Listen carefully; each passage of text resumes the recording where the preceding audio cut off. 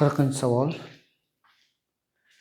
Magniy nitritga vodorod bramid eritmasidan mol miqdorda qo'shibdi. A va B modda kelib chiqibdi. A modda kaliy OH 3 nuqta, unga suv, C ga alyuminiy xlorid qo'shsa X1 chiqar ekan. Endi B moddaga sulfat kislota konsentratlangan qo'shsa gaz chiqar ekan, D gazga sterol qo'shsa X2 modda kelib chiqar ekan. Berilgan sxema asosida A alyuminiy tutuvchi X1 va organik modda X2 ni molar massalar yig'indisini toping. B'da X2 moddani sistematik nomini yozing degan savol. Reaksiyalarni birma-bir yozamiz. Demak, birinchi reaksiyamiz magniy nitritga plus bramid kislota qo'shilsa, ya'ni H brom qo'shilsa, bu yerda kelib chiqadi magniy bramid tuzi va ammiak chiqishi kerak, lekin ammiak H brom ortiqcha bo'lgani uchun ortiqcha H bromlar ammoniy bramidga aylanib ketadi. Ammoniy bramid. Ikkita tuz kelib chiqadi. Magniy bramid va ammoniy bramid. Xo'sh, tenglashtirish shart emas reaksiyani. Endi shularning bittasi A, bittasi B tuz. Qaysi biri ishqor bilan reaksiyaga kirishadi desa, ikkitasi ham kirishadi. Magniy bramidga ishqor qo'shsa, magniy gidroks cho'kmay tushadi va kaliy bramid kelib chiqadi. Keyin kaliy bramid bilan magniy gidroksdan suv bilan reaksiyaga kirishmaydi ikkitasi ham. Shuning uchun ammoniy bramidga A deb belgilaymiz, magniy bramidga B modda deb belgilaymiz. Endi reaksiya davom etyapti. Ikkinchi reaksiya tepadagi reaksiya deb hisoblaylik.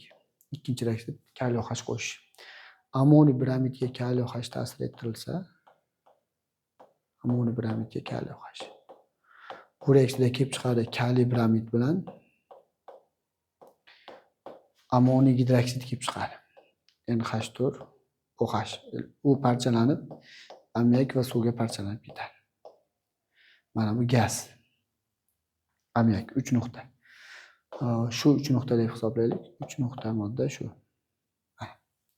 Keyin ammiakka suv ta'sir ettirsa, C modda ammoniy gidroksid kelib chiqadi. Ammoniy gidroksidga alyuminiy xlorid qo'shsa, ammoniy xlorid bilan alyuminiy gidroksid kelib chiqadi deb yozamiz. Demak, uchinchi reaksiyamiz 3 nuqtaga, ya'ni ammiakka suv ta'sir ettirsa, kelib chiqadi ammoniy gidroksid, ya'ni NH4OH kelib chiqadi.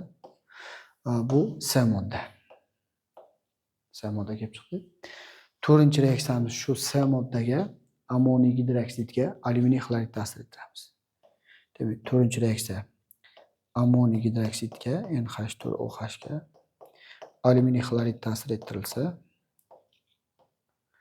bu yerda ammoniy ioni bilan alyuminiy joyini almashtiradi. Alyuminiy gidroksid cho'kmaga tushadi.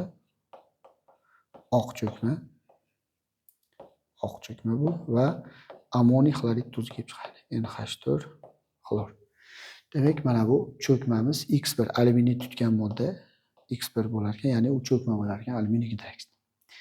Xo'sh, endi pastdagi reaksiyalar Bdan davom etamiz. B moddamiz magniy bramid edi. Magniy bramidga konsentratlangan sulfat kislota qo'shsa, magniy sulfat bilan bramid kislota kelib chiqadi. Keyin bramid kislotaga sterol ta'sir etamiz. Demak, pastdan 5-reaksiya bo'lyapti. Magniy bramidga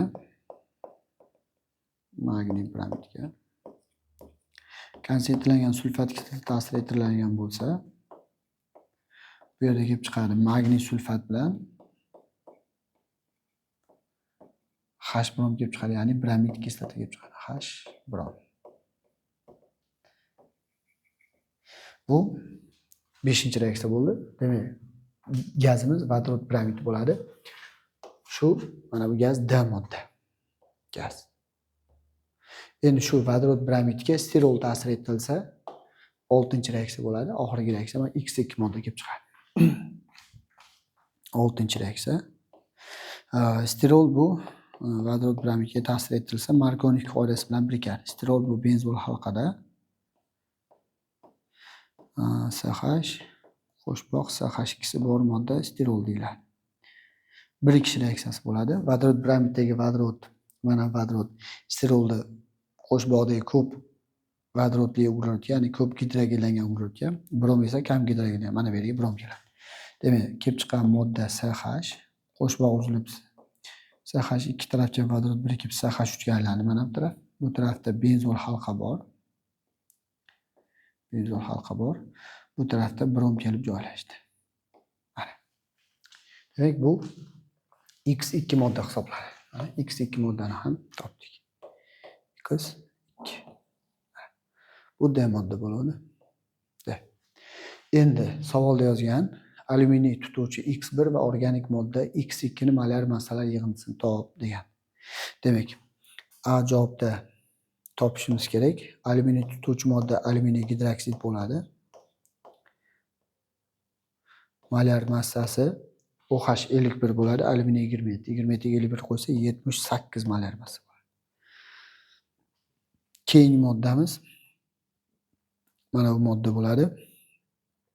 Qisqaroq yozadigan bo'lsam, C6H5 fenil radikali bog'lanyapti CH ga, bog'lanyapti CH3 ga.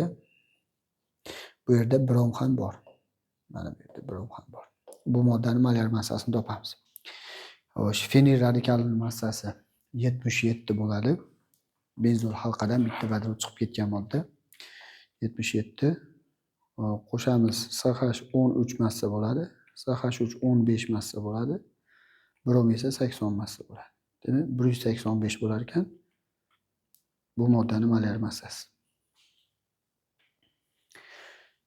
Mana bu joy 185 bo'lar ekan.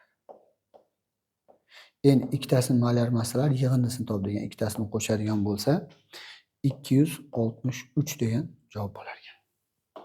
Demak, mana bu A javobga 263 bo'lar ekan. Molar massalar yig'indisi. B javobda X2 moddaning sistematik nomini toping. X2 modda mana bu modda. Alkan deb hisoblasa, raqamlash brom turgan tarafdan 1, 2 deb raqamlansa, 1 fenil, 1 brom, xo'sh, 1 da fenil radikal bor, 1 da brom ham bor, etan deb ataladi. Etan. Demak, etanning birinchi uglerodda fenil va brom tutgan modda hisoblanadi. Demak, javob yozildi.